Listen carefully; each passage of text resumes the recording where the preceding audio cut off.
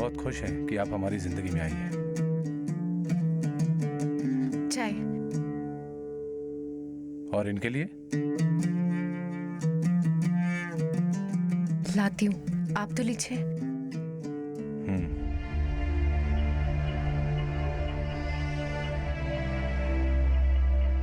मैं उनकी मदद करके आती हूँ।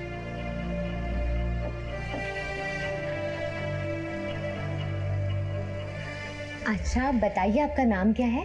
रूही। रूही। और आपको मम्मी ज्यादा पसंद है पापा? पापा और मम्मी दोनों। बहुत प्यारी बच्ची है ये। रूही, जाके होमवर्क कंप्लीट करो, जाओ।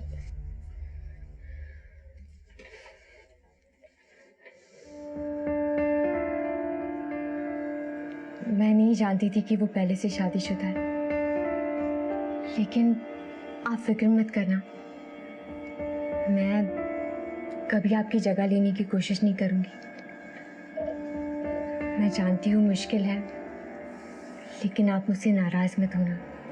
नहीं, मैं तुमसे नाराज नहीं हूँ, बल्कि मुझे तो तुम्हारी फिक्र हो रही है, क्योंकि जिस आदमी के साथ तुमने अपना नाता जोड़ा है,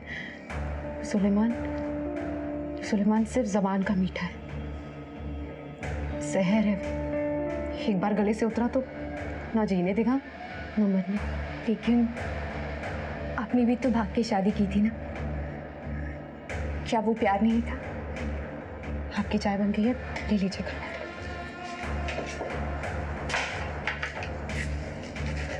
आपने जवाब नहीं दिया।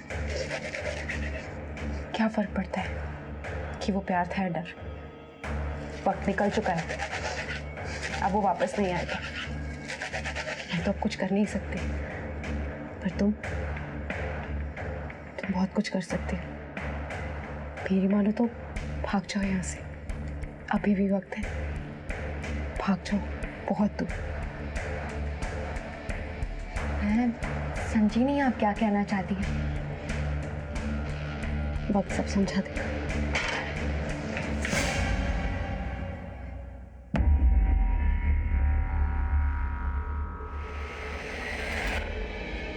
और कितना जहर उगलेंगे हमारे खिलाफ आप? आपको पता है ना कि राधिका और हम एक दूसरे से कितना प्यार करते हैं, और इन्हें खेलने में बहुत मजा आता है। दरअसल ये आपका इम्तिहान ले रही हैं,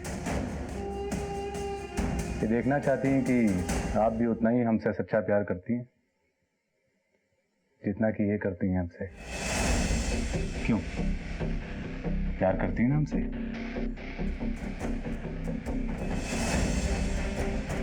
है ना?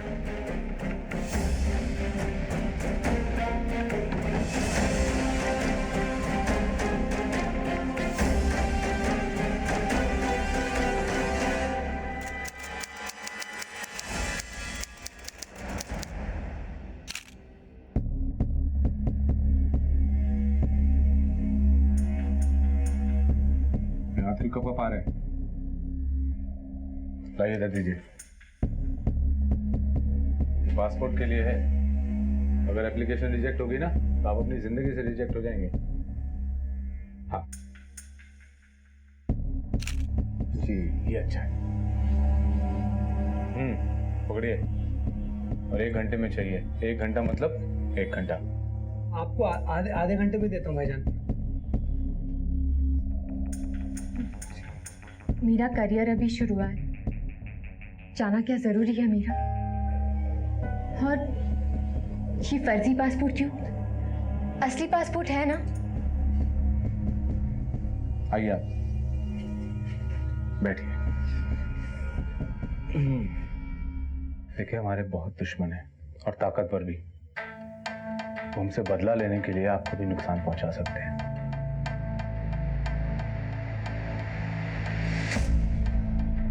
क्योंकि उन्हें पता है कि जो हमारी जान है ना, वो आप में बसती है। I love you. हम जो कुछ भी कर रहे हैं ना, वो सिर्फ और सिर्फ आपके लिए कर रहे हैं। हम जानते हैं कि आप ये जानना चाहती हैं कि वाकई में हम अंडरवर्ल्ड के डॉन हैं कि नहीं, मगर ऐसा नहीं है, हम एक बिजनेसमैन हैं। लोग जलते हैं हमसे, हमें फंसा रहे हैं। हम कसम खाते हैं कि हमने किसी को नहीं मारा है। आपको यकीन नहीं हो रहा है ना? कोई बात नहीं, इसको गोली मारनी होगी, मुझे मार देगा, मरना तो ही आपके लिए सही।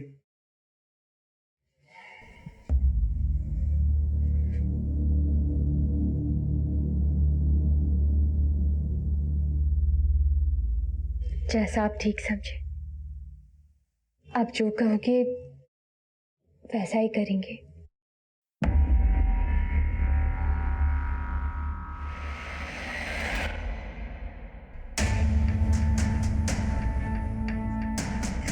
सर प्लीज मेरा यकीन कीजिए, मुझे नहीं पता था कि वो एक अंडरवर्ल्ड डॉन है। मेरे लिए तो वो एक बिजनेसमैन था सर, जो इवेंट्स ऑर्गेनाइज करता था। मुझे उनसे काम मिला और उन्हें मुझसे शौहरत। लेकिन आपकी ये बात कैसे मान लें, क्योंकि आप दोनों फर्जी पासपोर्ट लेके भागे। मैं सच कह रही हूँ सर, मुझे लगा था ये सब अफवाह है, झूठे इल्जाम, इसलिए मैंने उन्हें कभी अंडरवर्ल्ड की सरगर्मियों में नहीं देखा था। मैडम, या तो आप बेवकूफ हैं, या फिर आपने अपनी आंखें बंद कर रखी, या फिर आप हमें हम भी अपनी औरतों का ख्याल रखना जानते हैं सर। वो हमारे साथ बेवफाई नहीं कर सकते, आप उसको छोड़ दीजिए, क्योंकि उसका जुर्म सिर्फ इतना है कि उसने नकली पासपोर्ट में सफर किया है। बाकी हमारे काम के बारे में वो कुछ नहीं जानती, और वैसे भी हम इस हाथ से काम करते तो इस हाथ को भी नहीं पता चलता। तो तुझे क्या लगता है, तेरे खिलाफ तेरी पहली बीवी ने गवाही दी है? कुछ कह नहीं सकते साहब। वैसे आप तो जानते हैं कि हमने अपनी पूरी मलकियत अपनी पहली बीवी के नाम पे कर रखी है, पर जब हम राधिका के साथ फरार थे तो हम धीरे धीरे अपनी प्रॉपर्टी अपने और राधिका के नाम पे करने लगे थे। फिर भी साहब उसके पास इतना है कि वो पूरी जिंदगी बैठ के खा सकती है। और कहीं इसी बात को लेकर तो देख सुलेमान, ये बात तो तू अच्छी तरह से जानता है कि हम तुझे बचा तो नहीं सकते। हाँ, तेरी प्रॉपर्टीज का ख्याल रख सकते हैं। एक काम करना, अपनी प्रॉपर्टीज की सारी लिस्ट बना के दे दे हमें, हम पूरा ख्याल रखेंगे उसका। क्योंकि ये बात तो पक्की है कि तू अब जेल से बाहर आने वाला तो है नहीं। क्या बोलता है?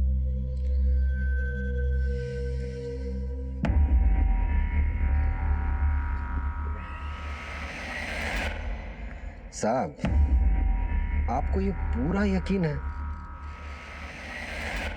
कि आप हमको पूरे 25 साल जेल में रख पाएंगे?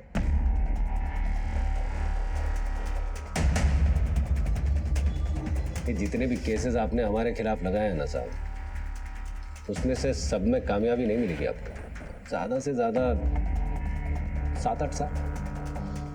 उसके बाद हम सोच रहे हैं कि हम मुजफ्फरनगर चले जाएं। यकीन मानिए साहब, वहां के लोग हमसे बहुत प्यार करते हैं, और मीडिया को भी हमसे बहुत मजा आता है। अक्सर हमारे बारे में कुछ ना कुछ लिखते रहते हैं, बोलते रहते हैं। वो क्या बोलते हैं ना साहब, उसको अपना TRP वो मिलती है उनको हमसे। और सर, जेल में हमारे 2 साथी बने हैं जिनकी अंग्रेजी बहुत अच्छी है। वो हमारी ऑटोबायोग्राफी लिख रहे हैं, हमारी जिंदगी की कहानी। अब सर बाहर आते हैं हम, इससे भी बड़े स्टार बन जाएंगे और इलेक्शन में जीत पक्की है हमारी। फिर कभी आप आइएगा मुजफ्फरनगर, अपनी जिंदगी का लेखा जोखा डिटेल में बताएंगे आपको। तू जेल से बाहर निकलेगा तो ना, और इलेक्शन जीतना तो दूर, इलेक्शन लड़ भी नहीं पाएगा। और तेरा जो अपनी प्रॉपर्टीज तक पहुंचने का ख्वाब है ना, वो ख्वाब ही रह जाएगा। तेरे हाथ मालूम है क्या लगेगा? कैदी का लिबास।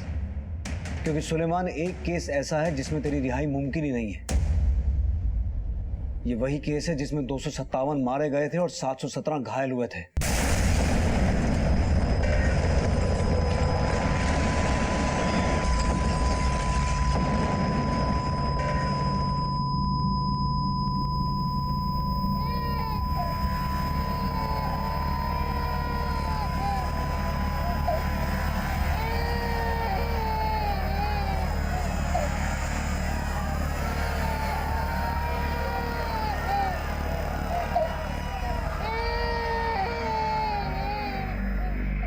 आज का ये एपिसोड देखते हुए हम सबको ये सोचने की जरूरत है कि कहीं इन अपराधों में हमारी तो कोई भागीदारी नहीं है। क्या हम इतने निष्क्रिय हो गए हैं कि ऐसे एंटी सोशल एलिमेंट्स को हम ना सिर्फ अपने बीच पनपने देते हैं बल्कि उन्हें बढ़ावा भी देते हैं? कहीं हमारा डर और हमारा लालच देश के प्रति हमारी जिम्मेदारियों से ज्यादा ऊपर तो नहीं उठ गया है? हम अपने देश को कैसा बनाना चाहते हैं? एकता की भावनाओं का पालन करने वाला या फिर अलगाववाद फैलाने वाला, ये हमें तय करना है।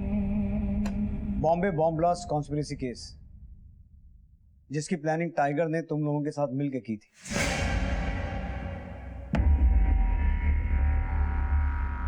And we are going to charge you under 3 sections including conspiracy of blast.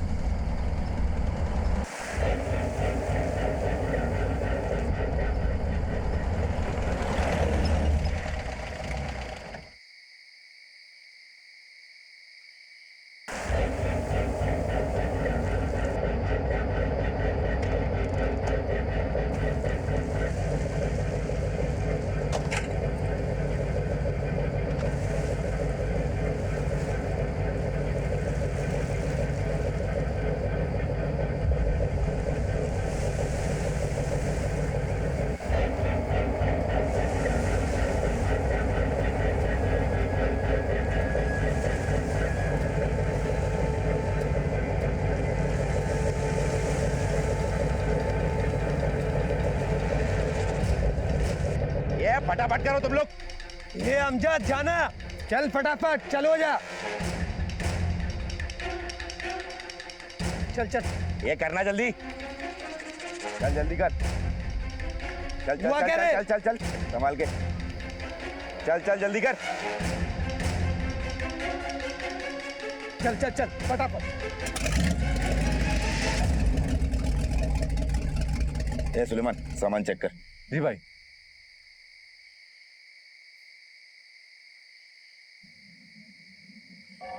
अरे वाह, क्या खुशबू है। ये तू पट्टू का पट्टू ही रहेगा। नहीं भाईजान, वो ऐसी कोई बात नहीं थी, बस वो अचानक से। अरे अचानक से ही तो होना है सब कुछ, इतना अचानक से कि किसी को कानो कान भनक भी ना लगे। अक्खा बम्बई को काले साबुन से नहलाना है, समझा?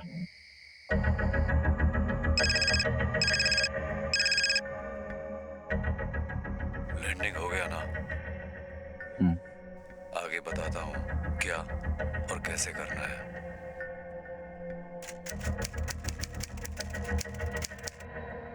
बदला लेना है, समझ में आया क्या? या पड़ गई सबकी? आया, बस हुक्म करो। यहाँ हुक्म कोई नहीं करेगा, सबके अंदर जज्बा होना चाहिए। मैं हुक्म करेगा और बाहर जाके तुम लोग की फट जाएगी तो हुक्म की माँ की आंख हो जाएगी। दिल से करने का है, और ये काम हम पैसे के लिए नहीं कर रहे हैं, अपने लिए कर रहे हैं।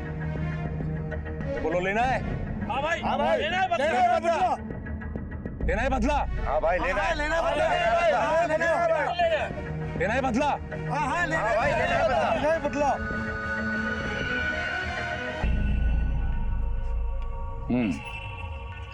जा माल है, सलाम भाईजान। वहां पहुंचाने का है। भरोसा रखे भाईजान, टाइम से भी तेज भागती है हमारी गाड़ी। जितने प्यार से तू लड़की लोग को हैंडल करता है ना, उससे कहीं ज्यादा प्यार से ये काम को करने का है। क्यों भाईजान? गलती की कोई माफी नहीं मिलेगी। क्यों भाई? समझा? समझ गया भाईजान।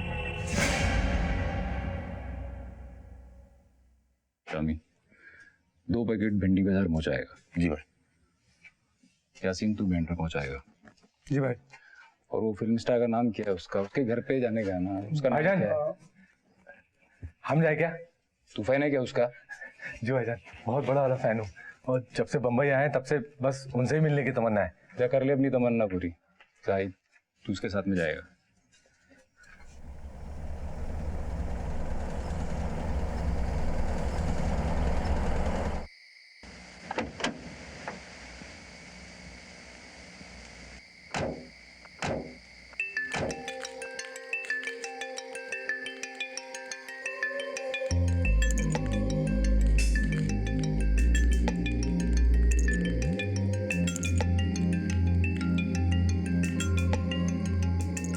जनाब, कैसे हो?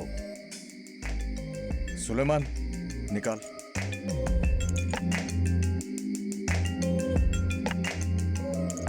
ये देखो भाई, एकदम मस्त है। मतलब खाली हाथ में भी पकड़ के रखेंगे ना, सामने वाले की तो हवा निकल जाएगी। तो भाई आप तो गन को ऐसे पकड़े ले हो जैसे पहले भी चला चुके हो। अरे भाई ने अपने से ज्यादा फिल्मों में गन चलाई है, देखा नहीं? फुल स्टाइल में। ऐसा क्या? इससे ज्यादा किसी ने गन चलाई नहीं, अपने से ज्यादा है। भाई आपको शिकार का भी शौक है ना भाई, तो उसके लिए बहुत मस्त है। मतलब बंदूक चलने से पहले शिकार को हार्ट अटैक होके पहले ही मर जाएगा। क्यों? ऐसी 3 और लेके आया हूँ। अच्छा भाई, चलता हूँ मैं, और भी डिलीवरी कर। हाँ। अच्छा भाई, ये सुलेमान है, अपना खास है, आपका बहुत बड़ा फैन है भाई। जी भाई। अच्छा, अब चल मिल। सपने देखना शुरू कर दीजिए। देखे तो थे सपने हमने, सारे झूठे निकले। सपनों पर से भरोसा उठ चुका है। अगर आप पढ़ी लिखी होती ना, तो किताब शिताब लिख रही होती। हमारी हीरोइन साहिबा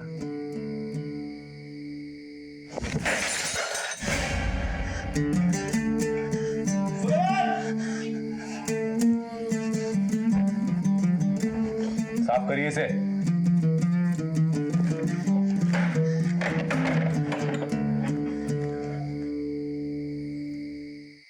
भाई आरडीएक्स भेज दिया है। अच्छा, डेटो आप यहाँ क्या कर रही है? अंदर जाइए।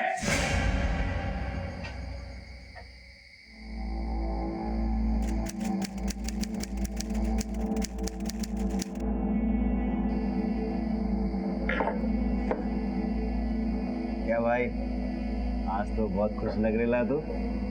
अबे हम हिस्ट्री समझता है तू? इतिहास लिखने वाले हैं हम। लगता है भाई आपको चढ़ेली है। भाई चढ़ी नहीं है, और जब तुम लोगों को पता चलेगी ना, तो तुम्हारी उतर जाएगी। अपन भाई तुम करने के वाले हैं धमाका इतना बड़ा कि सब हिल जाएंगे। दम से होगा। तेरी गाली किसको दिया रे? तू जानता है हम लोग कितने बड़े काम को अंजाम देने वाले हैं?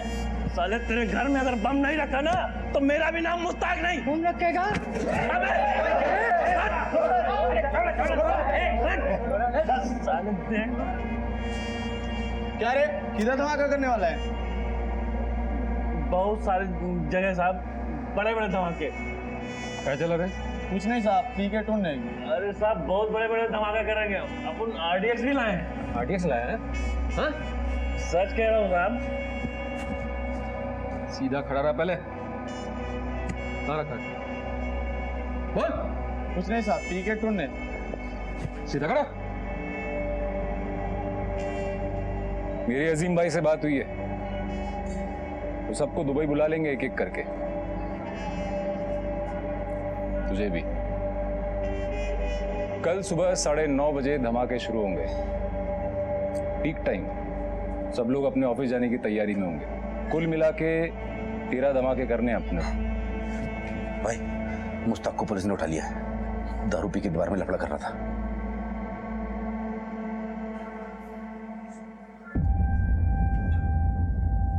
कोई यकीन नहीं करेगा उसकी बातों पे।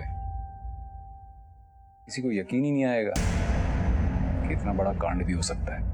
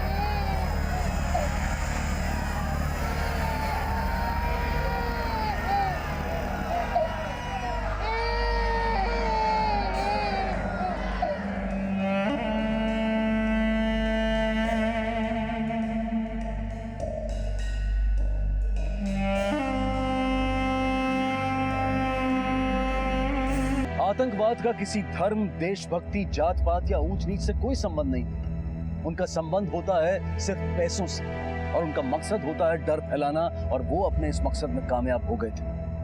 पूरा देश, खासकर मुंबई शहर, सख्ते में, मातम में था। मगर देखते ही देखते मुंबई फिर से अपने पैरों पर, अपने विश्वास पर खड़ी हो गई, और मुंबई पुलिस ने उन क्रिमिनल्स को ढूंढकर उन्हें बेनकाब करके धर दबोचने की कार्रवाई शुरू कर दी।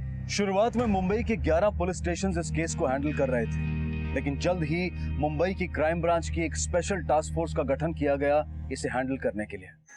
बहुत बुरा हुआ सर, बहुत बुरा हुआ। हमको अच्छे से याद है सर, उस दिन हम मुंबई में थे, अपने घर पे सो रहे थे। हमारी बीवी की सहेली ने आके बताया कि ये सब हो गया। बहुत खराब लगा, बिल्कुल नहीं होना चाहिए था ऐसा। पर साहब, आपके पास जो इन्फॉर्मेशन है वो गलत है। इन धमाकों में हमारा कोई हाथ नहीं था सर। हमको बिल्कुल नहीं पता था कि ऐसा सब होने वाला है। तू अनजान नहीं था, इंतजार में था धमाकों की आवाज सुनने की, चीख पुकार सुनने की, इस शहर को मजबूर होता देखने की। तुझे दूसरों को दर्द में देखकर बहुत मजा आता है ना, बट यू कांट फूल अस। हमारी तहकीकात चट्टान की तरह मजबूत है। तेरे साथ साथ 189 लोगों के खिलाफ सबूत है हमारे पास, और उन 44 लोगों के खिलाफ भी जो गीदड़ की तरह शहर छोड़कर भाग गए थे।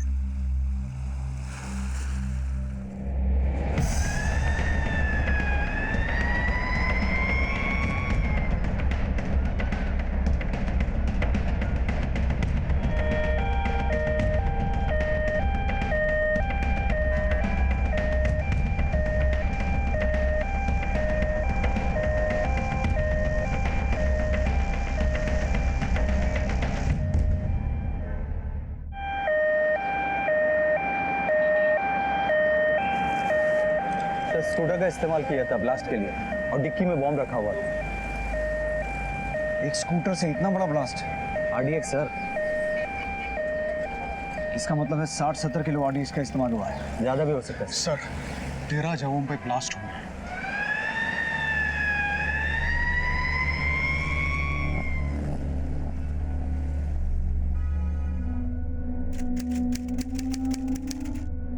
अरे सरला, स्कूटर किसका है? तुम्हारे यहाँ कोई आया है क्या? नहीं मालूम नहीं। अरे आपके यहाँ कोई आया है क्या? आपको पता है स्कूटर किसका है? अरे स्कूटर कौन यहाँ पार्क करके चला गया?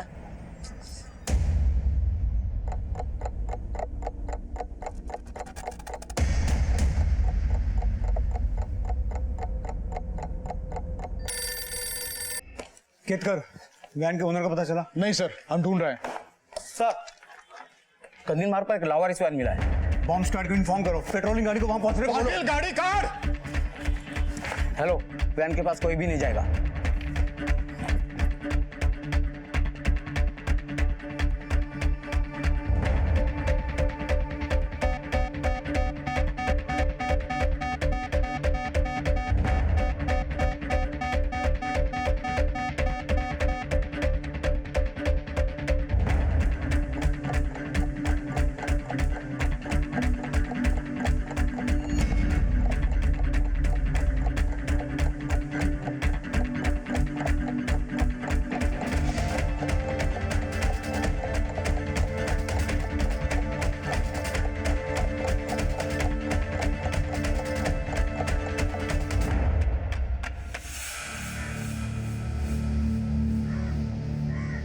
सर, आरडीएक्स डेटोनेटर से कनेक्ट किया गया था।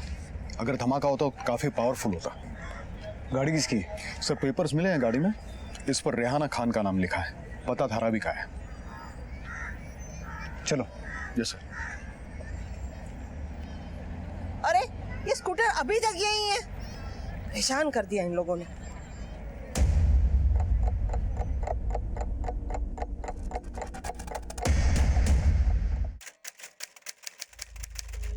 ये जो रेहाना खान का घर है, ये कहाँ है?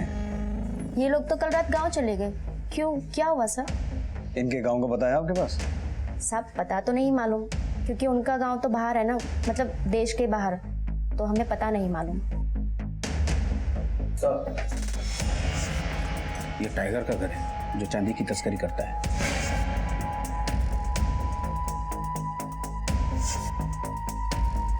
ताला तोड़ दो। सर। तो इनके घर लोगों का आना जाना तो लगा रहता होगा? हाँ साहब, लोग तो आते जाते थे, पर पिछले महीने से कुछ ज़्यादा ही लोग आ जा रहे थे। तो जो लोग आ जा रहे थे उनमें से किसी को पहचानती हैं आप? नहीं साहब, रेहाना आपा के अलावा हम किसी को नहीं जानते। एक एक कोना चेक करो। ये सर।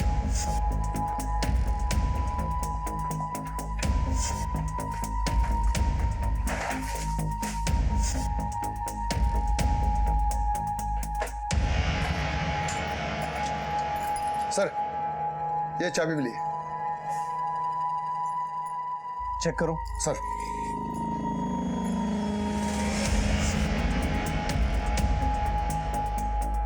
सर, अंदर के कचरे में कुछ फटे हुए पासपोर्ट मिले।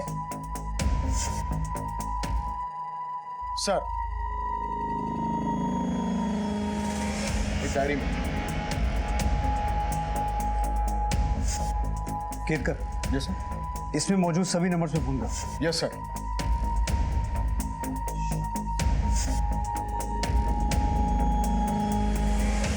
हेलो पुलिस स्टेशन, एक लावारिस स्कूटर की जानकारी देनी थी। सर, एमजी रोड पे लाहौर स्कूटर मिली है।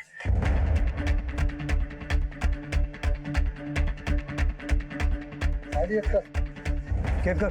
Yes sir. आरटीओ से पता करो ये स्कूटर किसके नाम पर रजिस्टर्ड है। Yes sir. मैडम, फोन आपने किया था? जी। शुक्रिया। Ketkar, sound and alert. शहर में कोई भी गाड़ी या स्कूटर या कोई भी ऐसा लावारिस सामान दिखे तो पुलिस को इन्फॉर्म करें।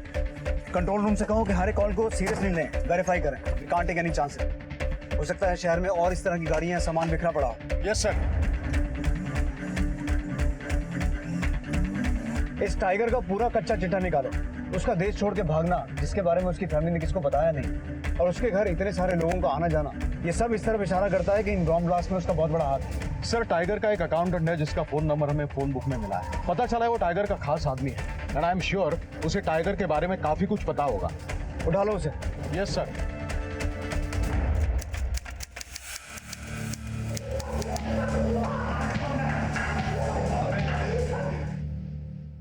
टाइगर को कब से जानता है? कई सालों से सर। उनका सारा अकाउंट मैं ही हैंडल करता था। अभी टाइगर कहाँ है? सर, आप तो जानते हैं कि वो बाहर गांव इस समय विदेश में है। माजिद, मुझे पूरी कहानी सुना शुरू से। सर, मैं जितना जानता हूँ आपको सब कुछ साफ साफ बताता हूँ। कुछ दिन पहले टाइगर भाई अपने कुछ खास लोगों के साथ गुजरात गए थे, ये बोल के कि कुछ सामान आने वाला है। सामान? जी। कौन कौन गया था साथ में? उनके कुछ खास लोग थे। नाम बोल माजिद। सर, सुलेमान, यासीन, जाहिद, और फिर उसके बाद टाइगर भाई ने कुछ और लोगों को अपने घर बुलाया था। और वो सामान कहाँ रखा था? यासीन के गैराज में। टाइगर के घर कौन कौन गया था? सर, उनको तो मैं नहीं जानता, लेकिन उनके रहने का इंतजाम मैंने किया था। कहाँ? Hotel new era, blue moon hotel और होटल साकेत इंटरनेशनल में। ब्लास्ट के दिन सामान किस किस ने पहुंचाया था? बताता हूँ सर। बहुत बड़ी गलती कर दी साहब, बहुत बड़ी गलती कर दी, बहुत बड़ी गलती कर दी। माफ कर दो साहब, मुझे मर जाने दो साहब, मुझे मत बचाओ, मत बचाओ, मर जाने दो साहब।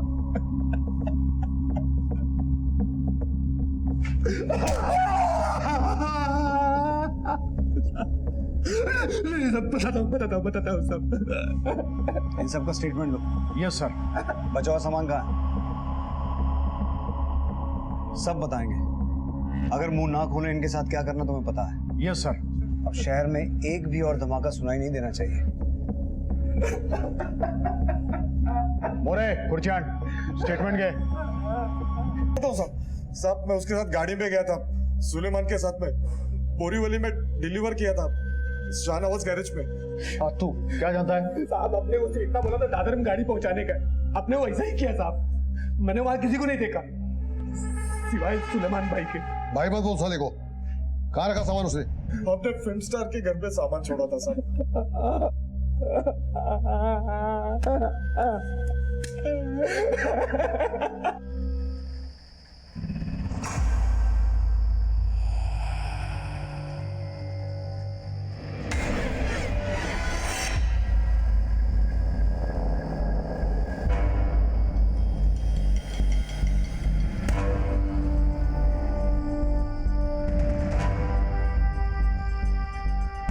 सर मुझे नहीं पता कि यह सामान यहाँ किस वजह से लाया गया था। मुझे सिर्फ शिकार करने का शौक है, बस इसी वजह से लिया था। और वो बहुत कुछ एक्स्ट्रा सामान भी लाए थे, पर मैंने वो लौटा दिया। हथियार पहुंचाए किसने थे? जाहिद भाई, यासीम और एक सुलेमान भी था साथ में। सर मुझे सिर्फ गन्स रखने का शौक है, मुझे नहीं पता था कि ये लोग क्या करने वाले हैं।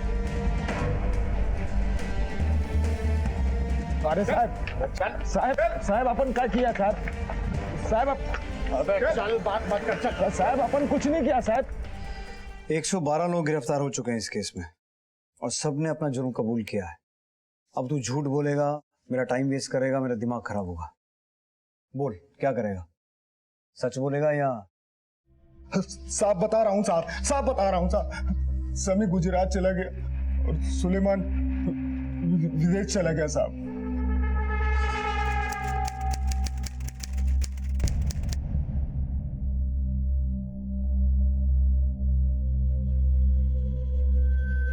भाई इधर बहुत खतरा बढ़ गया है। सुना है बंबई में सब लोग पकड़े गए और सबने सब कुछ बता दिया। किसी के कुछ बताने से कोई फर्क नहीं पड़ता। हमें जो करना था हमने कर दिया। भाई लेकिन अपन कब तक यहाँ रुकेगा? कोई इंतजाम करो ना। वो कल के आए छोकरे सुलेमान को भी आप अपने साथ लेके चले गए। उसको मैं नहीं ले गया, वो अपना नकली पासपोर्ट बना के खुद ही आया है। भाई अपन को बताओ ना, ये पासपोर्ट किधर बनेगा? अभी नहीं बनेगा, तू टेंशन मत ले। मैं तेरे को यहाँ बुलाने का कोई दूसरा जरिया देखता हूँ। तेरे राजस्थान में कौन आने वाला है तेरे को पकड़ने? हाँ भाई वो तो है, लेकिन अपन का पैसा भी खत्म हो गया। करता हूँ इंतजाम मैं, अभी रख।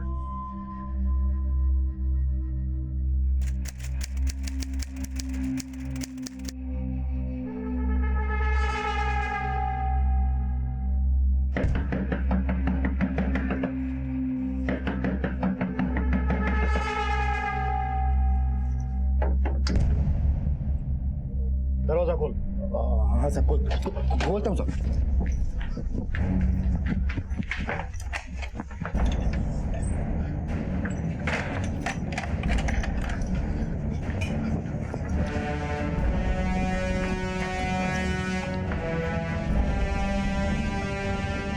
कूदोगे?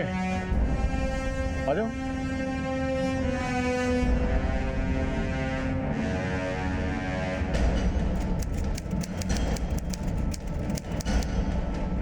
साहब उन्होंने कुछ नहीं किया। साहब अबू को कुछ नहीं पता।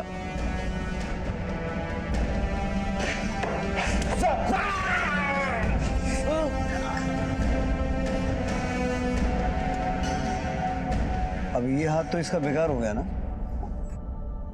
अब बोलेगा या? सब लोग भाग गए साहब। हम लोग को इधर छोड़ के सब लोग भाग गए। टाइगर भाई, सुलेमान भाई, सब लोग। कहाँ भाग गए? दूसरे देश। अब उनका पासपोर्ट भी ले गए, सब भाग गए साले। इस केस को हल करने में मुंबई पुलिस की जितनी तारीफ की जाए कम है। उन्होंने महज 48 घंटों के क्रैकडाउन के बाद वो नाम निकालने में कामयाबी हासिल की जो इस बॉम्ब ब्लास्ट का रचयिता था। उस हादसे के 1 महीने के अंदर पुलिस ने कई सस्पेक्ट्स को धर दबोचा और कई भागने में कामयाब भी हो गए। ब्लास्ट के 1 हफ्ते के अंदर 50 से भी ज्यादा रेड्स हुई। 179 के खिलाफ केस रजिस्टर हुए, जिसमें से 44 देश के बाहर भाग चुके थे।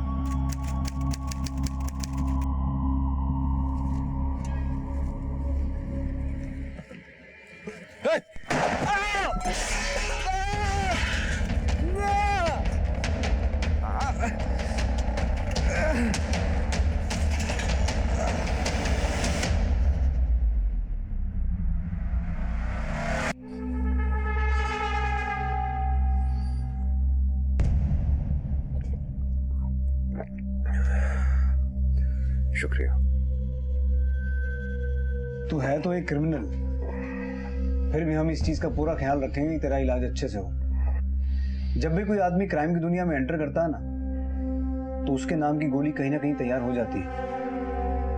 पर तू चिंता मत कर, तुझे इतनी आसानी से मरने नहीं देंगे हम। तुझे अपने किए अपराधों का हिसाब भी तो चुकाना है।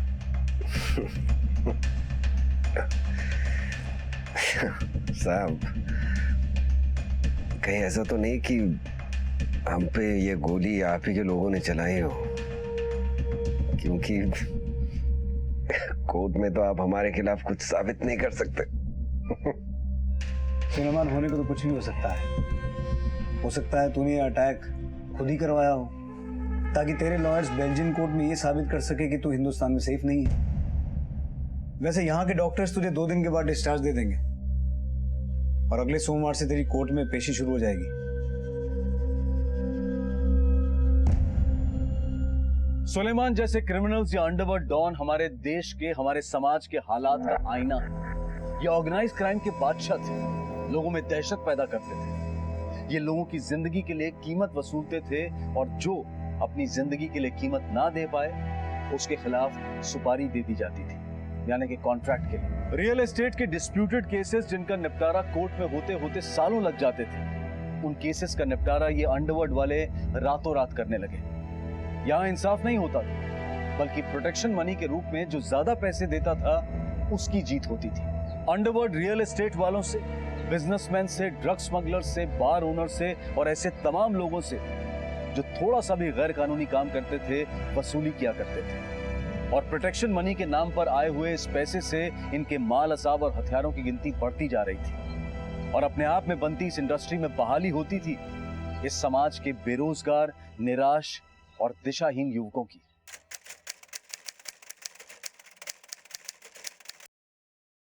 मेरी नई फिल्म इंडियन सिनेमा का पूरा चेहरा बदल देगी। 100% हिट है भाई। सही है शुभम जी, ऐसे ही आपको शो मेकर थोड़ी ना बुलाते हैं। वैसे हीरोइन कौन है? जैसे मेरे हर फिल्म में होती है, नई लड़की। चलो मिलवाता हूँ, आजा।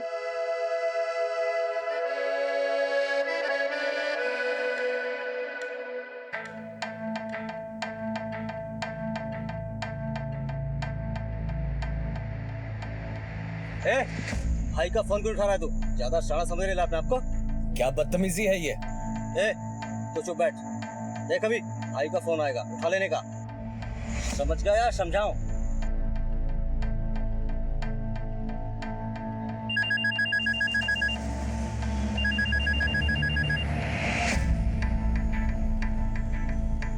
हेलो। ट्रेलर तो दिख ही गया होगा।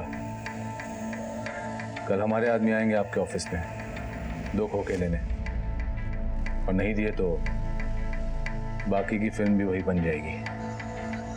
2 करोड़ छोड़ो, मैं 2 रुपए की भीख भी नहीं दूंगा। डायलॉग अच्छा था। अगले सोमवार का अखबार पढ़ लीजिएगा, आपको सब समझ में आ जाएगा।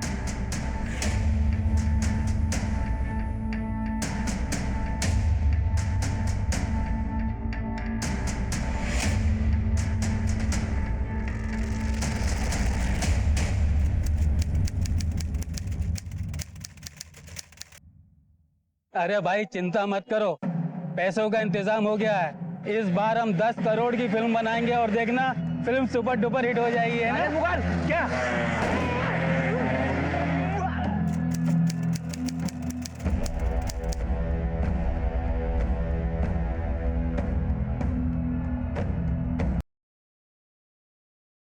मैडम, सच सच बताइए, आपके और राजेश के बीच में कुछ हुआ था क्या, जिसकी वजह से सुलेमान ने राजेश को मरवाया? सर आप मेरी बात का क्यों नहीं यकीन कर रहे? आपसे मैं कितनी बार कह चुकी हूँ कि मुझे नहीं पता कि सुलेमान क्या करता था और क्या नहीं। मुझे नहीं पता सर, मुझे सच में नहीं पता है।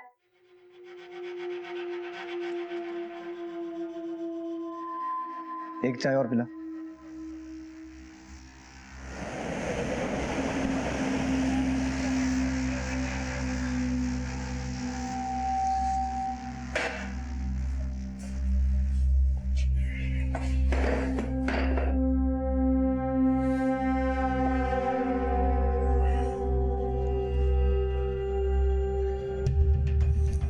साहब, आप लोग राधिका को इतना परेशान क्यों कर रहे हैं? हमने आपको बोला था ना कि हम अपने कामकाज की बात बेडरूम में नहीं करते। आप क्या अपने कामकाज की बात अपने पत्नी को बताते हो? मतलब तू मानता है कि राजेश मुगल का मर्डर तूने करवाया? किसी बात को किसी बात से जोड़ना आप अच्छी तरह से जानते हो। मुझे ऐसा लगता है कि तूने राजेश मुगल को इसलिए मरवाया क्योंकि उसकी नजदीकी राधिका से कुछ बढ़ रही थी, या फिर शायद इसलिए क्योंकि उसने तेरी ऑपोजिट पार्टी से फाइनेंस लिया था, तुझसे नहीं। ऐसे ही था क्या? या फिर हम आपको ये बात बताएं कि उसकी सुपारी किसी बड़ी एक्ट्रेस ने दी थी, या आपको ये बताएं कि उसकी शक्ल हमको पसंद नहीं थी, या आपको फिर ये बताएं कि उसकी पिक्चरें हमको पसंद नहीं आती थी। क्या फर्क पड़ता है साहब? उसका पैकअप हो गया था, उसको जाना था, वो चला गया, वजह ढूंढने से क्या फायदा। तुझे ये सब मजाक लग रहा? राजेश का खून, शुभम पे हमला, राजेंद्र कुमार का मर्डर, पूरी फिल्म इंडस्ट्री दहशत में आ गई थी। प्रोड्यूसर्स तुम्हारे डर से तुम्हें प्रोटेक्शन मनी देने लगे थे और वही पैसा तुम फिल्मों के थ्रू ब्लैक से व्हाइट बना रहे थे।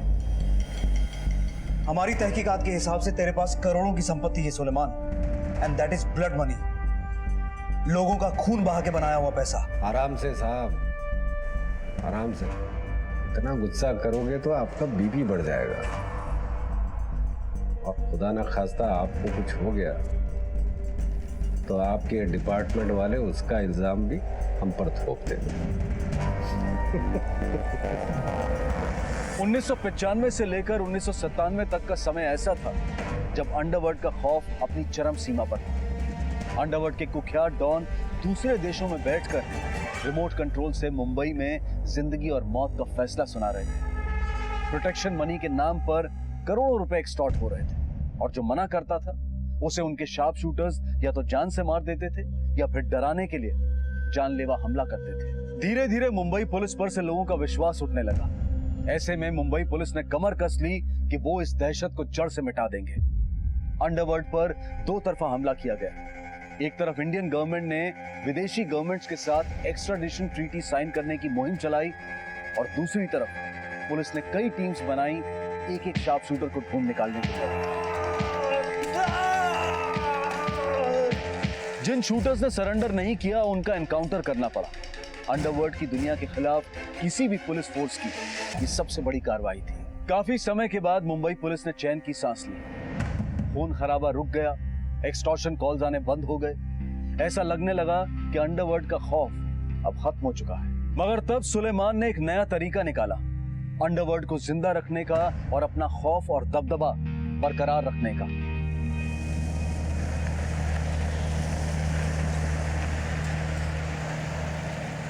हमारी बात बहुत इत्मीनान से सुनिएगा रहीम काका। मुजफ्फरनगर का नाम सुना है? मुजफ्फरनगर? ये कहाँ पड़ता है? मुजफ्फरनगर के बड़े बाजार में चले जाइएगा और वहां पे आप इम्तियाज के लिए पूछिएगा। वो केले का ठेला लगाता है, और जो बात हम आपको समझा रहे हैं वही बात उसको समझा दीजिएगा। इम्तियाज जी, आप कौन? रहीम काका, सुलेमान भाई को सब कुछ पता है। इधर कुछ नहीं है करने को, ना काम ना धंधा, इसीलिए तो भेजा उसने मुझे। ये लो रखो। ये क्या है रहीम काका? 2000 रुपये इसने भेजे हैं, बोला कि बच्चों का स्कूल का खर्चा निकल आएगा इससे।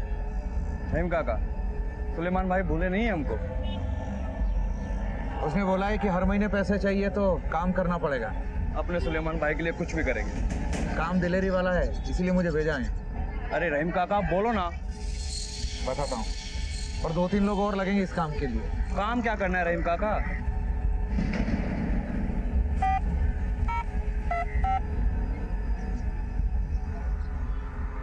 सुलेमान भाई, लो इम्तियाज से बात करो। बात करो, लगाओ कान पे लगाओ। कैसे हो भाई? रहीम काका, आवाज एकदम साफ सुनाई दे रही है। पैसे भेजे थे आपने? मुंबई घूमोगे? जी भाई। रहीम आपका सब इंतजाम कर देंगे। वहां जाके आपको ऐसा ही फोन मिलेगा जिस पर हम बात करेंगे, किसका गेम बजाना बताएंगे। गेम बजाना मतलब? मुंबई के बताए हुए पते पे चले जाना और अम्मा के लिए पूछना। ना अपना नाम बताइएगा ना उसका पूछिएगा। कोई सवाल जवाब नहीं।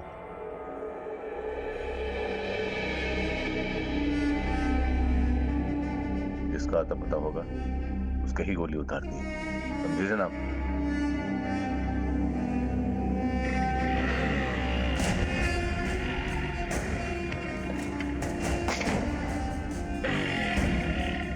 बंदूक अम्मा जी के पास देते ना रखने के लिए, वो पैसे देंगी और बिना वक्त जाहिर किए हुए मुंबई की जो पहली ट्रेन होगी ना, पहली ट्रेन पकड़कर मुंबई से बाहर चले जाइएगा।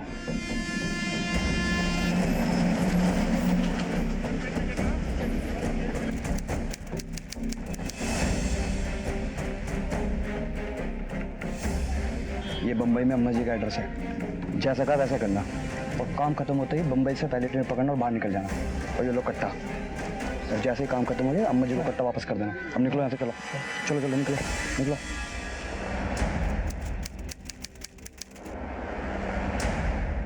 पिक्चर तो सुपर हिट है सर। मुझे भी कॉल आया था पंजाब के डिस्ट्रीब्यूटर का। हिट है हिट। ये देखिए सर, रिपोर्ट देखिए। हाँ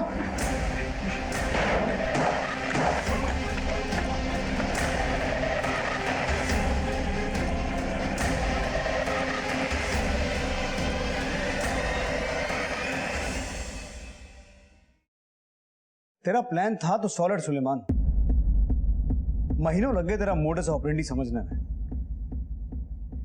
तेरी एक टीम मुंबई से ऑपरेट करती थी जिनका काम था विदेशों में रजिस्टर्ड मोबाइल नंबर से एक्सटॉर्शन कॉल्स करना। पैसे मिल गए तो ठीक, वरना तेरा फोन जाता था मुजफ्फरनगर, जहां तेरे लोकल कॉन्टैक्ट शूटर्स हायर करते थे। और ये वो बेरोजगार नौजवान थे जिन्हें पैसों की सख्त जरूरत थी, जिन्होंने कभी जिंदगी में 5,000 रुपए एक साथ नहीं लिए। उनके लिए 10-20 हजार तो बहुत बड़ी बात थी।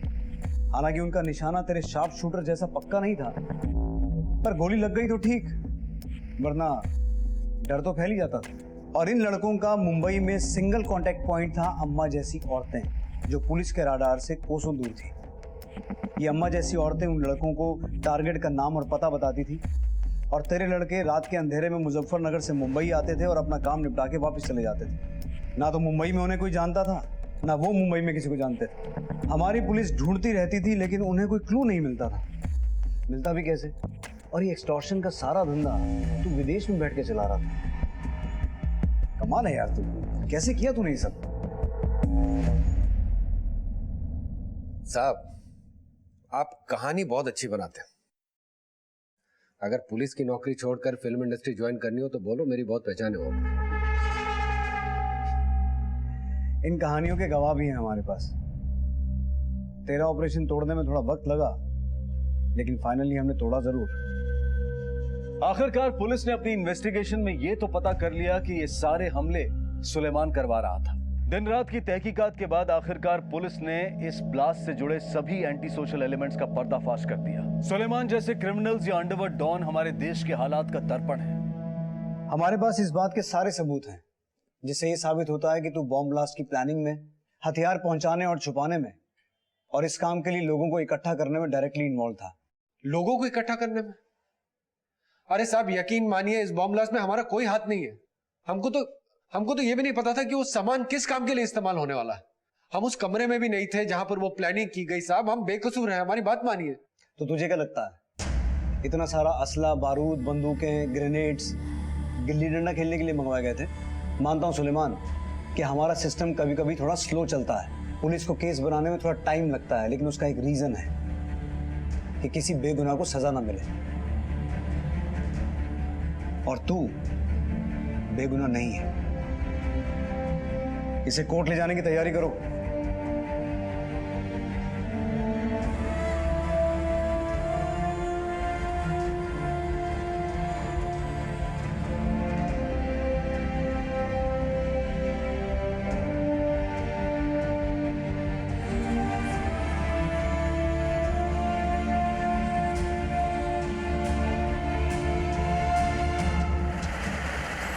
मुलजिम सुलेमान वल्द अमानतुल्लाह को ये अदालत मुंबई शहर में हुए बम धमाकों की साजिश रचने और दीगर वारदातों को अंजाम देने में कसूरवार पाती है और उसे उम्र कैद की सजा सुनाती है।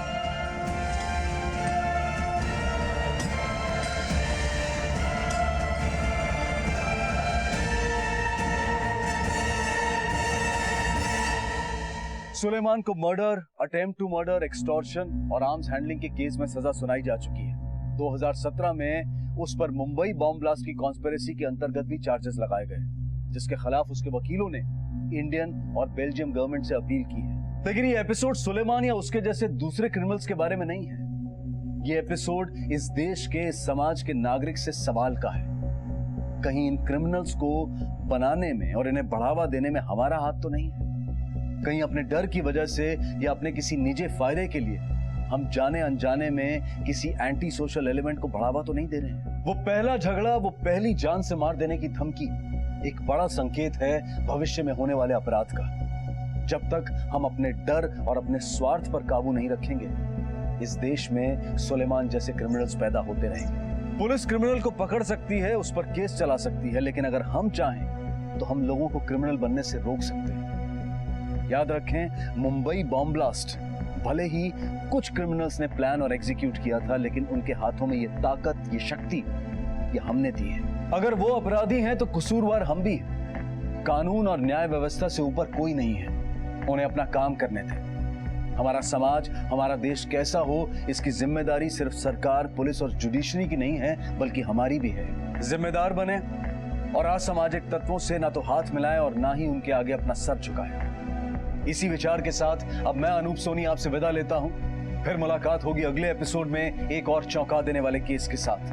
तब तक अपना और अपने परिवार का ख्याल रखें और देखते रहें क्राइम पेट्रोल डायल 100। सबक एक को सीख हम सबको। जय।